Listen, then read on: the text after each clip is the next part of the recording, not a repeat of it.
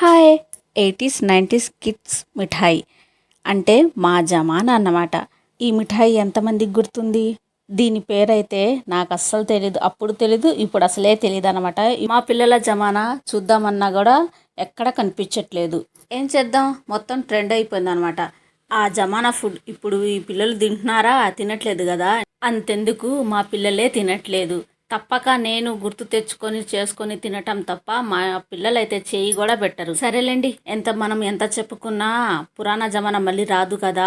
ఆ వంటలు రావు. ఇప్పుడు కొత్త కొత్త వంటకాలు వస్తున్నాయి అన్నమాట. పిల్లలు దాన్నే లొట్టలు వేసుకొని తింటున్నారు. అంతెందుకు, వాళ్ళు తినంగాగా మనల్ని కూడా తినిపిస్తున్నారు అనమాట. రెసిపీ చూద్దాము.